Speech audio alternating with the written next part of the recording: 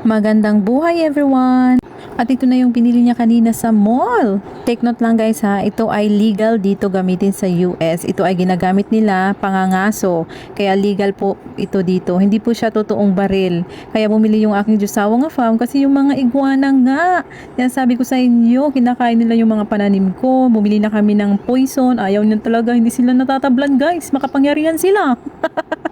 At ito na nga guys, trinay ng aking Diyosawa nga farm. Pag pinutok siya guys, pinutok!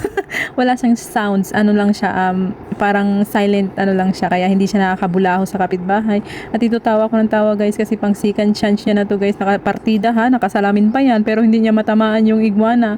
Bago kami bumili ng ganyan kanina sa malls, dami ha?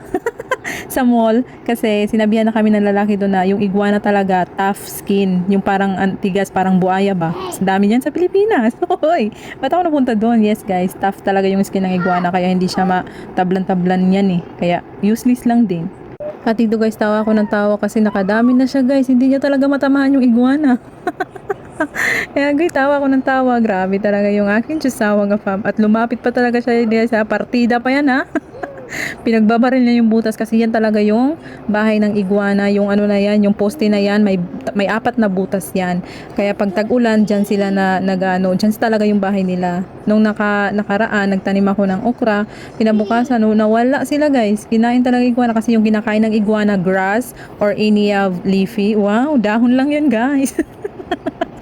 Yung asawa ko, Diyos ko po, kinakalaban niya talaga yung iguana. Tawa siya ng tawa kasi hindi niya nga matamaan yung iguana. Pagkabuntol talaga ng aking Diyosawa.